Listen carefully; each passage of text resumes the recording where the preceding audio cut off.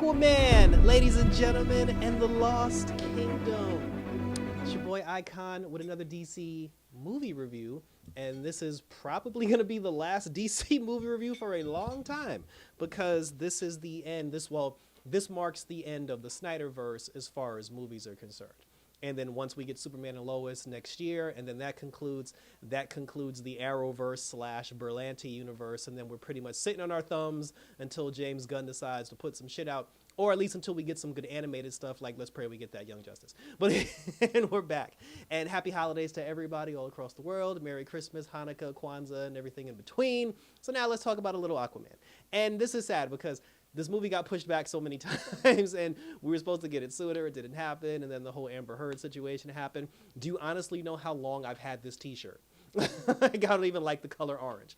I bought this t-shirt maybe like 2 years ago, waiting for the Aquaman movie, and finally the movie's out. This is the first time I've actually worn this t-shirt.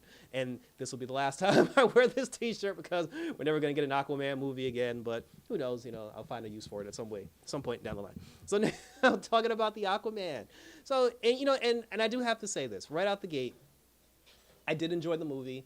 Black Manta is the go-to villains, and regarding the Amber Heard situation, because we all know the situation between her and Johnny Depp, and we also know that her time got cut, her scenes got cut from the film because she was going through all this hoopla, and I guess DC didn't want to, the director, they didn't want to start all over again from the beginning. I guess they didn't want to recast her and shoot all over again, because they was like, we already shot this shit, so they were just like, screw it, if her image is a bad look, then we'll just limit her scenes. And to be honest with you, that was really none of our business. And the fact, after watching the movie, had I not known about Amber Heard's whole situation, it wouldn't have affected how I viewed her role or her character in the film, because she had just given birth to Arthur's baby. And she looked a little chubby in the face too, but I don't know if that was just the actor. She just gained a little weight, or she gained weight because she was supposed to be, a woman who just gave birth to a child. But she did, I didn't even recognize her at first because she did look a little chubby in the face. But because she was supposed to be like a brand new mom, but she was also the Queen of Atlantis, the roles that they put her in were appropriate to her situation. She was there with her baby, with Arthur during the monologues. Whenever Arthur was addressing the council as the King of Atlantis, she was sitting by his side and she had some lines to say. She saved him a few times when they was in danger. I honestly didn't have any problem with the role that they put her in. Like I said, at the end of the day, when it comes to making movies, and I think I've said this before in other reviews, back in the day before social media and everything, we didn't know about all the behind-the-scenes drama. Things happen behind the scenes, actors get switched out, people get moved, the movie comes out, we see the movie that they gave us, and we have no idea what craziness went on behind the scenes. And the fact that people know certain things, people are going to make a big deal out of it, people are going to talk about it. And then I saw some posts, people are already making videos, they're just like, oh, it's a flop. I'm like, first of all, y'all called Blue Beetle a flop, y'all called The Marvels a flop. Like, people are just jumping on the negativity bandwagon at that point, so please don't fall for the clickbait, unless the person who's saying that has legitimate arguments and reasons for why they're saying what they said. Now, with that being said, let's get into some Aquaman, which I actually definitely enjoyed. So again, it starts with Arthur Curry. Like I said, he's a brand new daddy. And he's struggling as far as like being the king is concerned, because he spends half his time in the surface world with his daddy, with his wife, and then with his child. But then he also goes to Atlantis and tries to help out Atlantis. The Council of Atlantis, which all of a sudden now is a thing, they're telling him like, oh, you can't do this and you can't do that. It's basically being the president and like having the board of directors or CEO and having the board of directors basically veto all your shit. So that's why that's why the Democrats got to keep the House, because they know if they want to vote for stuff, the House could say no. So we got to get more seats in the House. That's basically the situation that they put up as far as the movie is concerned. So now, but with him trying to do that, like I said, he's trying to figure out two worlds. And then there seems to be like some green crystals that have been vanishing throughout the kingdom, which leads us to Black Manta. So Black Manta, he's still on the rise. He's still trying to gut Aquaman like a fish. He's still mad because Aquaman didn't help him save his daddy, that his daddy died. And he's been trying to repower his suit. And he's been sneaking into Atlantis, stealing energy, stealing technology and power sources so he can rebuild his suit. So the Asian dude he was in, like the Asian scientist, He was also in WandaVision. He was in WandaVision, and he was an Ant-Man. He was one of like the government agents, which I thought was funny. So then he's still there, and he's trying to help Black Manta, like uncover this technology, because all he wants to do is just see Atlantis with his own eyes for the first time. So they end up going to a particular place, I guess, in the Arctic.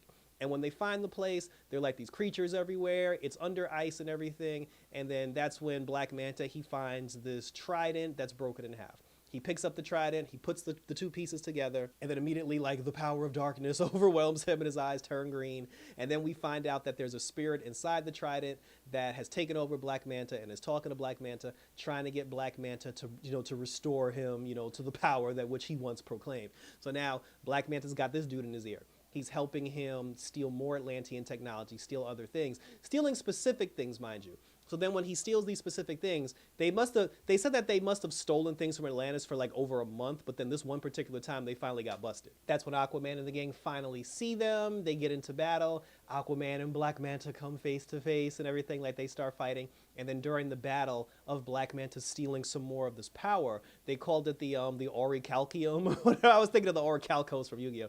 But it was like orichalcum. After he stole the orichalcum, then there was the whole thing where Mira, like Mira, she tried to go after him. And then when Mira tried to go after him, he basically blasted her because he has new power now because he's been powering up his suit. He blasted her. He basically roasted her. She was burnt on like one side. They put her in the hospital, and we pretty much didn't see Mira for a good portion of the show. And that's how they got Amber Heard out of the movie for a while. So she's in the hospital. Dolph Lundgren, his character, was still there.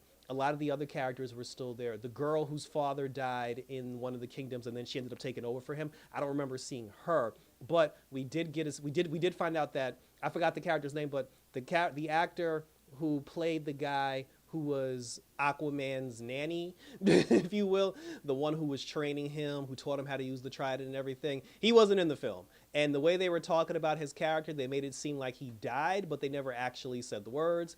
Like his mama was still in the film, his daddy was still in the film, everybody was still in the film. So now that Amber Heard is out of commission, they're trying to figure out, how they can find Black Manta and what they can do to stop him.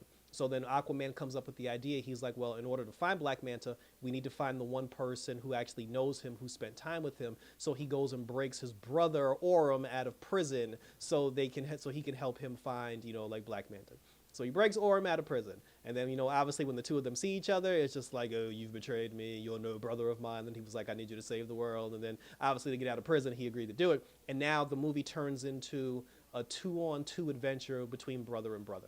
And they make all these references between like brothers and family and brothers and family. That gets brought up a lot throughout the entire film. So then when they finally get to a point, and then there was moments where like, Arthur tried to, warm up to him, and then he was telling him things, and then he was just like, and there was a funny moment where Orm had said to him, he was like, oh, you stole what was supposed to be mine. And he was like, bro, I didn't even want the damn throne. He told him, he's like, I didn't want the throne. He's like, I never wanted the throne. He said, I only took the throne because you were trying to wage war against the service. He's like, yo, bro, I didn't want that shit. And then once he said that, when Orm was like, wait, you didn't want the throne? Like as soon as he said that, you could tell like all the anger he had in his system just kind of like slowly went away. Because the whole first film was just based around him thinking his brother wanted the throne that should have been his. So then the two of them team up. He teaches Orm a little bit about surface technology. It was funny because they were running from monsters at one point. When they got close to where Black Manta was, they were running from monsters at one point, and we found out that Orm doesn't know how to run.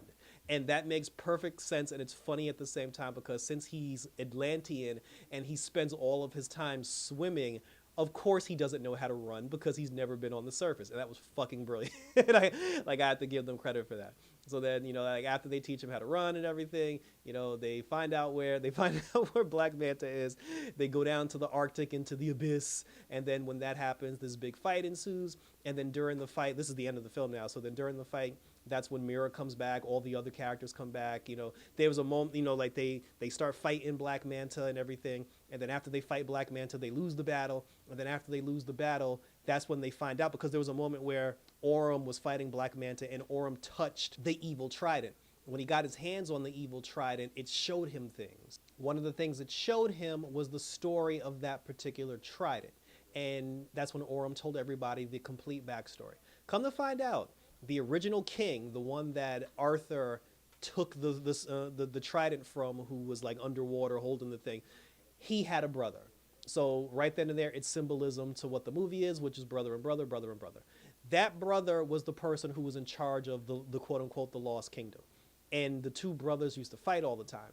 Now, the brother who was in charge of the Lost Kingdom, they mined that orichalcum in his kingdom. And when they found out about the power that it possessed, he used the orichalcum to create his own trident because he was jealous of his brother who had like the golden trident, who was like the king of the seas. So he was jealous of that. He tried to make his own, and he got too powerful to the point where he turned all of his people into monsters. And after he turned all his people into monsters, it then turned him into a monster, and his whole purpose was to destroy the surface and take over the sea. So obviously, like the original king, he went in to fight his brother. He and his brother fought. He broke his brother's trident in half, and then after he defeated his brother, he used a magic spell to imprison his brother in ice, and he trapped their entire civilization in the Arctic. And nobody was supposed to find them because they were supposed to be trapped in solid ice. But thanks to global warming, it ended up thawing them out, and that's how like the trident got out. So then when he realized that, he told them, like Orm told everybody, he said that the thing is, in order to free him from the prison, from the magical prison, he needs the king's blood in order to break the spell. But then Aquaman was just like, well, no, then Orm was just like, well, he's never going to get the blood because he said, I'm here, Arthur's here, and my mother's over there. He was like, the bloodline is right here, so he needs us if he wants to break the spell. And then that's when Mira was like, no, my child. And then, they remembered the baby. So then Black Manta goes after the baby. He kidnaps the baby. He almost kills Aquaman daddy. And now that he's got the baby, and that was a cool scene for Amber Heard because when she realized her baby was gone, like it was very dramatic for her, so they did give her some shine. Like they gave her some moments where she can, get her rocks off, but it was only in specific spurts. And then the queen, she stayed behind to take care of, like her baby daddy, and everybody else went after the child. So they go down to the base. They're fighting everybody, and there was a funny scene where when Aquaman and Orm were in like Black Manta's control room, the two of them were arguing and everything, and then all of a sudden, like the Asian scientist, he came into the control room, he had a gun with him, he was like, put him up, and then he closed the door, and as soon as the door closed, he put his gun down. He was like, yo, thank God y'all showed up because I've been trying to get out of here for like months, and I thought that was really funny. So he ended up actually like joining their team, like he betrayed Black Manta and he joined their team. He ended up switching out the baby. Like he tried to take the baby and run. Black Manta found out. He tried to go after him. And then, there was a fight between Orm and Black Manta and Aquaman. And then Mira showed up. And then during all the chaos and everything, they got the scepter out of Black Manta's hands. And then they basically like knocked him down for the count. But the problem was after they defeated Black Manta, Orm picked up the staff. And when he picked up the staff, I guess like the monster, the king or whatever, the spirit inside the staff, he was just like, well, shit, Black Manta fucked up. So he said, I'm going to use you instead because you have Atlantean skin and everything. So he told him, he was just like, listen, you free me from the prison and I'll give you everything that should have been yours, the throne that should have been yours and blah, blah, blah. And then that's when Arthur showed up and he was like, brother, he was like, don't do it. Don't betray us. He was like, let go of the staff. And then he let go of the staff. But by then it was too late because Orm tried to fight him. And then when Orm hit Arthur in the face with the staff, blood came out of Arthur's mouth and landed onto the table where the blood needed to go to free, to free the bad guy. So the bad guy is free now. Arthur's there, Orm's there, everybody's there. The bad guy's free. They're fighting the bad guy. And then, of course, Aquaman, he tapped into the power of, like the aquatic kingdom. And then when he tapped into the power of the aquatic kingdom, they were able to defeat the monster. They stopped the brother. And then, like the entire world is safe now. But because they defeated him, this big like explosion came up, and then because that it was destroying like all the polar ice caps around them, so everything was actually coming crashing down.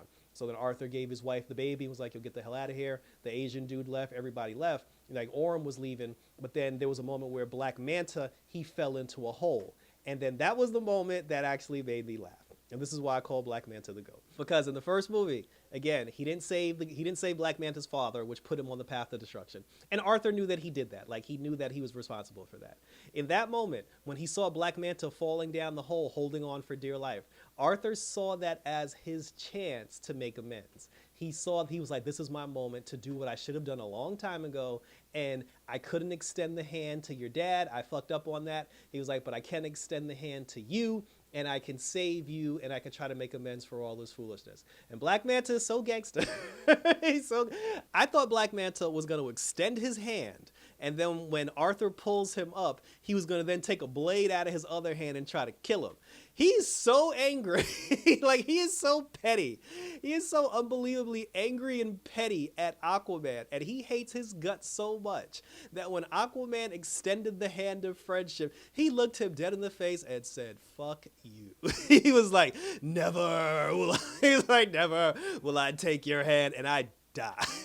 Like, I was like, see, and this is why Black Manta is the GOAT of the Snyder universe as far as villains are concerned, because the pettiness, he is so angry at this man. He even refused to save his, he was so mad at Aquaman, he didn't even want to lie to Aquaman just so he can get close enough to kill him. His hatred was so real, he'd rather die than he would rather die than take Aquaman's hand to get his revenge. And I'm like, that's a real ass shit.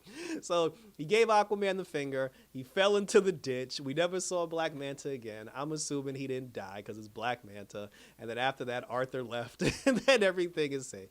Everybody got out. They saved the day. And then at the end, Arthur decided that it was time that the surface world and Atlantis finally came together. And he was like, help us repair the oceans and we'll help the damage that's been caused to the surface world. That would have been a cool moment to have a Justice League cameo with the Justice League standing behind him. Or if Arthur's addressing the council and he's like, it's time for Atlantis and the surface world to come together. And then somebody in the surface world is like, well, what makes us think we can trust you and trust the people of Atlantis? That's when you have the Justice League come out of nowhere and stand beside him. And they're just like, we trust him, you know, because he's one of us. But that didn't happen. Like, that should have happened. And then, you know, Arthur Curry kind of pulled the Iron Man thing when they was like, you know, who are you? And he was like, I am Aquaman. Then he started drinking. And that's how the movie ended. And thank you for tuning in. There was a post-credit scene with Orm eating cockroaches because during the film, when he was on the surface, like, Arthur told him that cockroaches is a delicacy, which was a lie. And they had a moment at the end of the movie where Orm was eating a hamburger for the first time, and he put a cockroach in the burger because Arthur told him he could eat cockroaches. But we also find out that his son, has the power to control fish as well, because there was a moment where his son was sitting in his crib. There was a fish tank there, and you saw the waves coming out of the son's mind, and the son was making the fish like swim around in circles. And that was a cool moment to know that his son actually has the power that he has. But overall, like I said, I thought it was a good film. Like, I enjoyed it. You know, like, I enjoyed it. I enjoyed the characters. I enjoyed the story. It's a good ending to the Aquaman saga. It's a good beginning as far as like them joining the surface world, you know, like with Atlantis. It's sad that it's the last film we're gonna get from the Snyder Verse, but at the end of the day, I mean, I think we went out on a positive note, and, you know, there's nothing wrong with that, and I honestly can't complain about that. But share your questions, comments, and/or concerns down below, and let me know what you thought about it. What did you think about Aquaman and the Lost Kingdom? What did you think about the story? And share your thoughts on the end of the Snyder Verse and where you think things go from here, and we will continue, as always, to talk about it. Check out my other videos on my channel, because we do have the series finale of Archer. Archer in the Cold is on the channel. Marvel's What If is up, so we're gonna. I thought Archer and Aquaman were going to be the last two things I review for 2023, but apparently we got Marvel's What If, so we're going to do Marvel's What If. And for the What to Watch series, go on my YouTube channel, click the playlist that says What to Watch. What to Watch is a series of different, mostly Netflix, but other properties, TV, movies. It shows that I don't do a week-to-week like review of. It's movies, it's movies or TV series where I just do one big review in one shot and talk about the whole thing and tell you guys if you should watch it or not. At the end, I always give it a yay, a nay, or is it okay? Check that out. You know, let me know what you think, because we got Oblivion on Netflix coming soon, and that's going to be in the What to Watch series. Like I said, but we got Marvel's What If coming out, and we will do episode by episode for that as we conclude until Superman and Lois starts next year. So again, thank you for tuning in, guys. As always, Merry Christmas, Happy Holidays to you all. Check out Red Eyes Entertainment for all of your great reviews and TV shows for superhero stuff and everything based, and we'll see you on the next one in 2024, at the end of 2023, and beyond. So till next time, guys, like I said, check out my YouTube channel as always. And for some more superhero and non-superhero and TV and movie show action, we'll be back on the next one as we conclude the Snyder Verse, and we say goodbye as always, guys. I'm out this